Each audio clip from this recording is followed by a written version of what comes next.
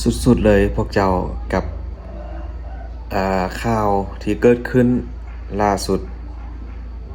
ว่าพิมพ์กับเป็นคนหนึ่งที่ว่าเป็น FC ของน้องฮารุนนะทุกคน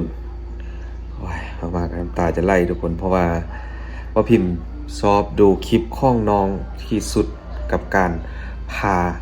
พวกเขาพาทุกคนไปท่องเที่ยวทั่วโลกมุมโลกจุดได้ที่คน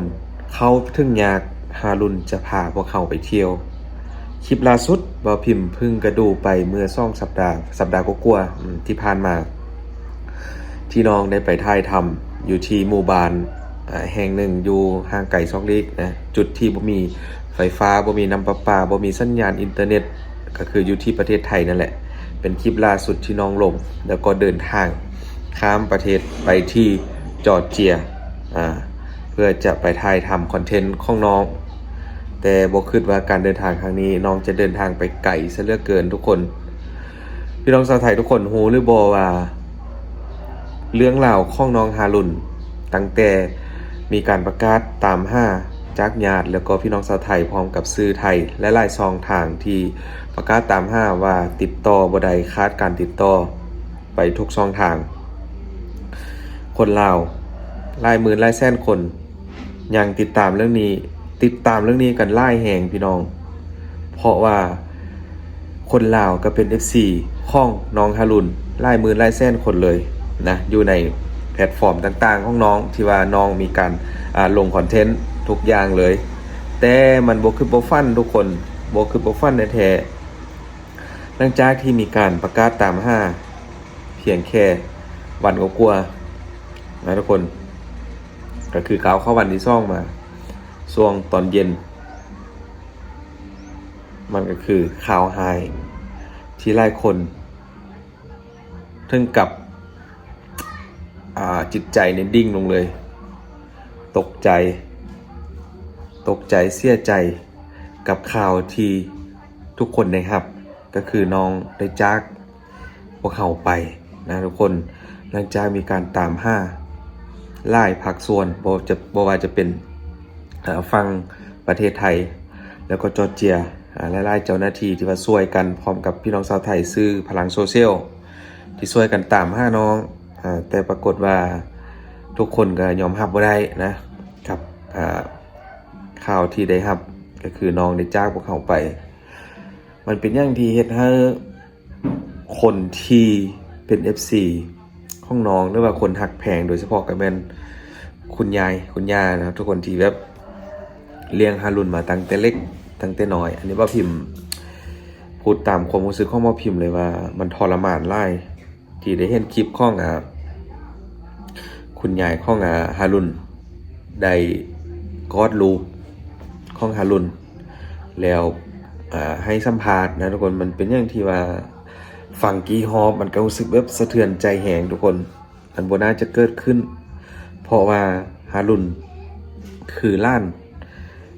นที่คุณยายเขาเลี้ยงมาตั้งแต่เล็กหลังจากที่ว่าพ้องเขาเสียจากอุบัติเหตุแล้วก็คุณแม่ก็แยกทางแล้วก็หายไปเลยตามคำบอกเล่านะทุกคนแล้วน้องก็ถูกเลี้ยงมาตั้งแต่ก่อนจะเข้าอนุบาลโดยคุณยายที่ว่าเลี้ยงน้องมา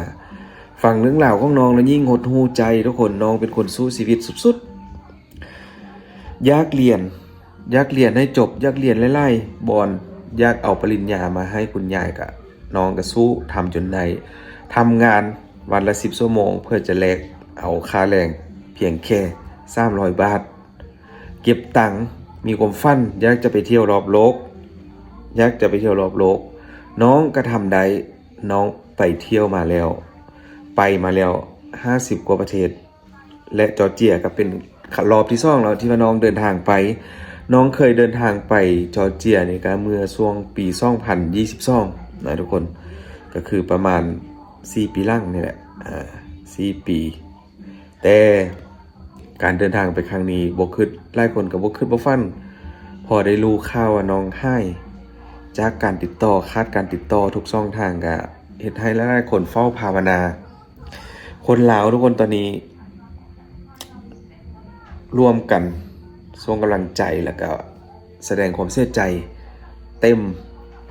บานฟ้าเลยทุกแพลตฟอร์มเลยทุกคนเพราะว่าคนเราติดตามข่าวเรื่องนี้ไล่แล้วก็เป็นอย่างที่แบบสะเทือนอารมณ์อันนี้บ่พิมพ์ข้อเว้าตามความรู้สึกก็บ่พิมพ์เลยทุกคนที่บ่พิมพ์แยกมาอัดคลิปนี้นะปกติก็เคยติดตามไล่คนอยู่ที่ว่าเป็นคนดังอยู่ที่เมืองไทยแล้วเขาอาจจะเจอเหตุการณ์แบบคล้ายๆกันแต่ว่าพิมพ์บ่เคยออกมาเว้าเลยอันนี้คือแบบมันอดบ่ได้แท้ๆทุกคนเมื่อคืนนี้ว่าพิมพ์ก็นอนบ่หลับนอนตื่นเปิดมาดูโทรศัพท์อยากรู้สาเหตุว่าน้องฮารุนเข้าเสียจากสาเหตุอะไรเพราะว่าทางการข้องจอร์เจียก็ออกมาพูดแล้วว่าน้องตามที่ทุกคนรู้แหละน้องทำให้ตัวเองแล้วก็จากไปประมาณนี้แต่ว่ามันเป็นไปบ่ได้เพราะว่าน้องเป็นคนแบบอารมณ์ดีแล้วก็ร่าเริงแล้วก็เป็นคนแบบจิตใจดีเขาหาคนง่ายบ่มีความเครียดอย่างทั้งนั้นนะทุกคนแล้วเพื่อจะไปจบชีวิตตัวเองแบบนั้นมันเป็นไปบ่ได้แล้วก็หลายคนก็คิดเหมือนกันนะว่าน้องจะทำแบบนั้นมันเป็นไปบ่ได้แต่ว่ายังไงก็รอถ้าพ้นสัญญาสูตรอีกตึมครั้งหนึ่งนะว่าจะ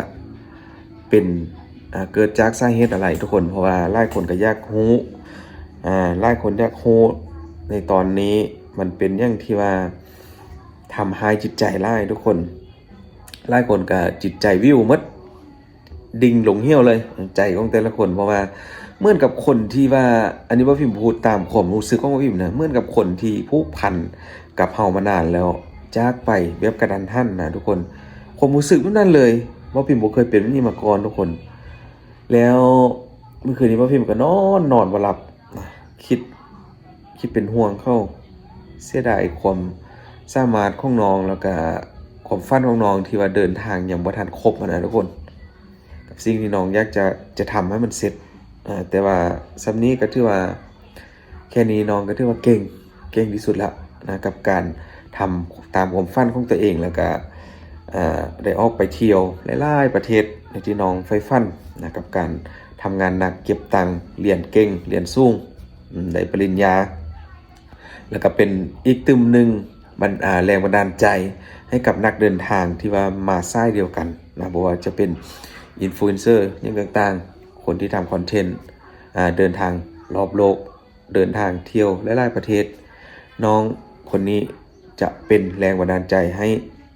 พวกเขาไปอีกหลายๆปีกันเลยตลอดไปเลยเพราะว่าการจากไปครั้งนี้ก็มันเป็นอย่างที่ว่าเศร้าที่ว่าน้องบ่ได้สั่งลาบ่ได้บอกกันเลยนะเฮาก็บ่ฮู้สาเหตุว่ามันเกิดอะไรขึ้นแต่ว่าอาจจะมีการเปิดเผยไว้นี่ขอให้เป็นแบบนั้นหลายคนรอท่าแฮงนะทุกคนยังไงก็ขอเป็นกำลังใจให้นะบ่พิมพ์ขอเป็นตัวแทนคนลาวแล้วก็ FC ของน้อง